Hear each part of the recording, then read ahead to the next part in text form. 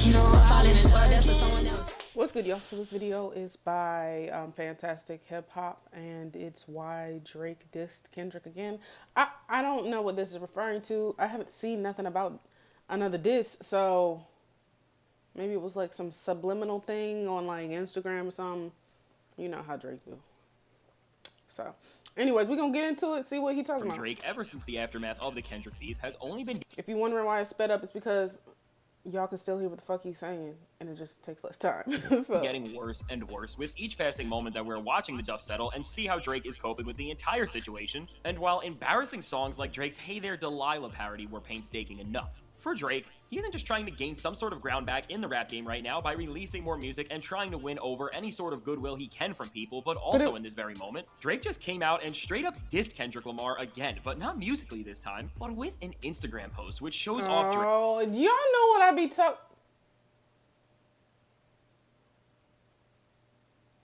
Y'all know what I be talking about?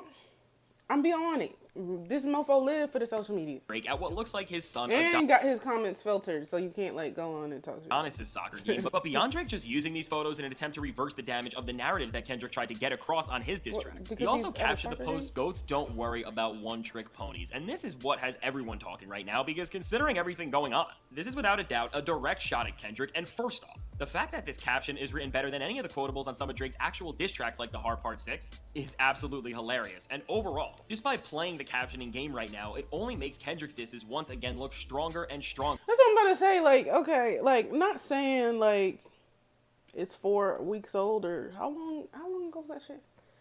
Only like a month ago. But that you're still on it like this. You feel me?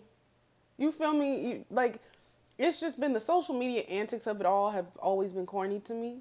You post your music, that's it. All this other shit, our Instagram stories and captions is built. And just watch Drake spiral out of control and do everything. And that's what he's doing, because the Wagwan and the Yuma everything and these little it's giving press. L now to make it look better is. It all really just gets more telling of the absolute state of delusion that Drake is stuck within, but in some ways, we have to give him some credit, because where Drake's attempts at saving his name and image with his 2 most recent features he has done have only backfired. What he's doing here is at least accomplishing something for him, I guess, because it has sparked a discussion around Drake and Kendrick that is making people question Lamar in some shape, and that's also helping Drake fans cope and imagine that in actuality... Question how? He is the winner of this feud, and this is because in the post, Drake is still standing on the fact that he is above Kendrick by first off calling himself a goat, but much more substantially, Drake says that goats don't worry about one-trick ponies, and again, somehow, Drake's caption has better writing than whatever the absolute messes of everything he has given us since Family Matters has been, because this has a double meaning, as Drake isn't just saying this phrase to describe Kendrick, but he's referring to a classic film, which interesting enough, just as he referenced the Whitney Houston movie Bodyguard in Push-Ups with a bar that he sure does regret and ended up becoming the basis for how personal Kendrick Lamar took everything, as he flat out stated on Meet the... Definitely is some sort of trend or just thread he's trying to weave and keep up, but more eye-opening, and what confirms that Drake is just trying to re-aggravate Kendrick in some shape or form here. The actual film One Trick Pony follows a story that in Drake's mind aligns with everything he has been trying to paint across about Kendrick throughout his diss tracks, as just reading what the synopsis of this film is. We can see exactly what Drake was doing with this caption, as it says, "Jonah is an aging rock star trying to put together a new album in the face of an indifferent record label and a talentless producer. At the same time, he is struggling to save his marriage, and I won't lie, this is clever on Drake's end, but at the same time, I think this is showing us that while it may seem like Drake may be trying to start a round 2 with Kendrick by once again..." It's fucking Instagram. It's a fucking caption, bro. I don't care how clever. This is literally very immature. 37 showing up as a 7-year-old. Hey, Kendrick said it, not me. But this is what it's giving. Again, dissing him to his millions of followers. I think he probably got some new information or something, though, where he was like, yep, this'll get him, and wants to reignite. But please, can we not? Like, I'm over it. like, I really don't think my heart can take a round 2. Can we just let it go?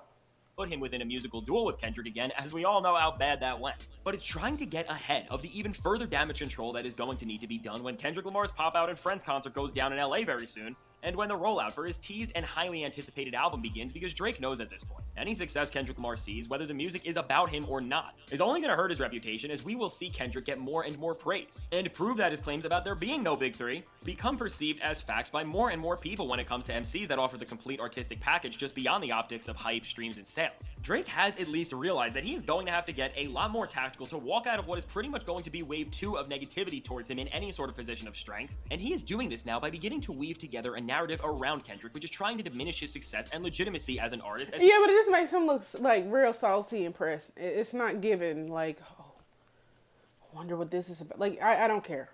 You lost. Give it up. State of success that it once was, and now he is on the search to regain any sort of relevance as his personal life falls apart. Which is also false. I don't know what the fuck, like, I just was at, or not just, but the last tour he had, the Mr. Morale and the Big Steppers, I went to his show in DC, and that shit was sold the fuck out. What are we, like, what is this? Just because mofos didn't really, just because some of the songs didn't chart that high on the Billboard don't mean shit. Like, come on, y'all. That shit was sold out. Mofos knew it word for word. His shit still did good streaming wise. It just took a little second. I ain't gonna lie. And it was like number.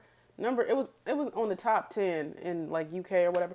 I just don't know where this narrative came from. Push across this narrative to his fans that are willing to believe just about anything he says. That Because Kendrick they're is a idiots. one-trick pony because They're stupid. he can only gain relevance from mentioning Drake's name, and that his music is also one-dimensional. Just like a lot of the things Drake has One dimension. Y'all about to piss me off. I ain't gonna lie. I ain't gonna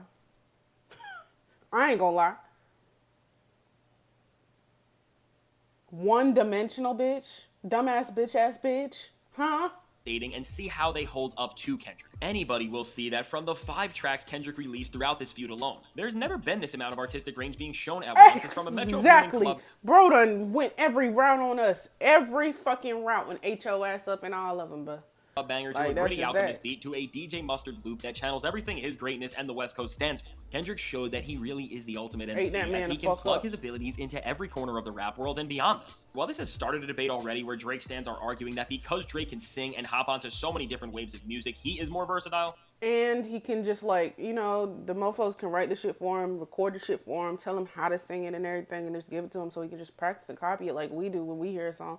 Yeah, he's so versatile and like crazy, like he can change the shit. He's iconic type shit. That's what the fuck y'all sound like. That shit sounds stupid. How are you this creative if you get that much fucking help? And you get help on diss track? feed into, but that it's also about the range of music you can operate in at a high level. And when you compare this, and you see how Drake gets criticized for riding trends and copying musical styles with no creativity whatsoever, and see how Kendrick is able to bend himself and his abilities Put the pussy on a pedestal. If you listen, let's listen to the let's go feature for feature since we want to talk about creativity. Let's go feature for feature, bruh. Kendrick's features are unfucking matched, bro. Unmatched. You don't know what you getting. You just don't, bro. On Goosebumps, he ate that. On that Isaiah Rashad song, Isaiah Rashad, what is it? How many times do you fuck a day? How many times do you love a day? 8.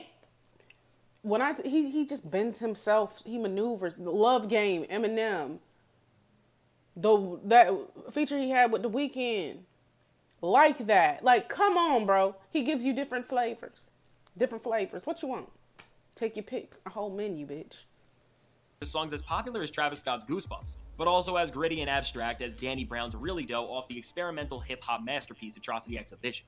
Don't get me wrong, Drake's versatility is incredible for what it is, but it is easy to lose sight of how shallow it gets beyond just hopping on a trend or dipping his toes into something, as opposed to Kendrick, who can go all in on anything and be his best self, from decade-defining hits to the most intense of deep cuts. So to bring this full circle and see how while Drake is trying to prepare for the sea of attacks that are going to come right back at him as Kendrick Lamar kicks into gear what is up next for his rap career, despite the tactics of this move being smart, as he is trying to create a safety net for him and begin to redirect how people perceive Kendrick's victory and his abilities as an MC. And as a result, It's not working. It's only working on the damn stands, bro. That's it. is trying to plant a seed that will end up making Kendrick Lamar's upcoming album look desperate and that it needed Drake to succeed. Outside of his fan base, who has shown that they will twist anything out there to cope with the reality of what has been an all-time low year for Drake. Is any of this enough to really sway the public opinion about Drake right now and make people discredit Kendrick Lamar? Because while Drake has been trying to build this narrative already that Kendrick is so desperate and hungry for attention, and then he's using this beef for promotion, people have already rejected this idea, and as Drake continues to stay outside, and at the end of the day, beyond the layers of this social media post, which is already pathetic to just do all of this when considering this is a rap beef and people want to see everything settled with a microphone. At the end of the day, all of this is only making him look worse, as it's proving everything Kendrick said.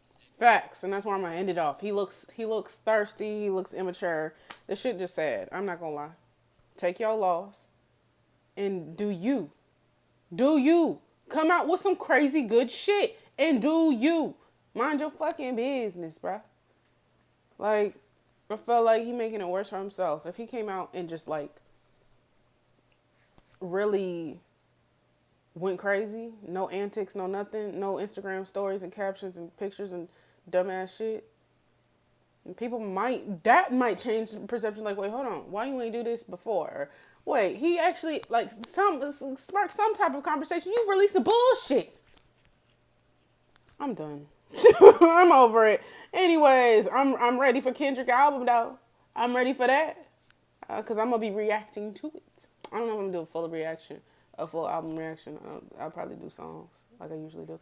Anyways, y'all like, comment, subscribe, follow me on Instagram, follow me on TikTok. I'll see y'all in the next one.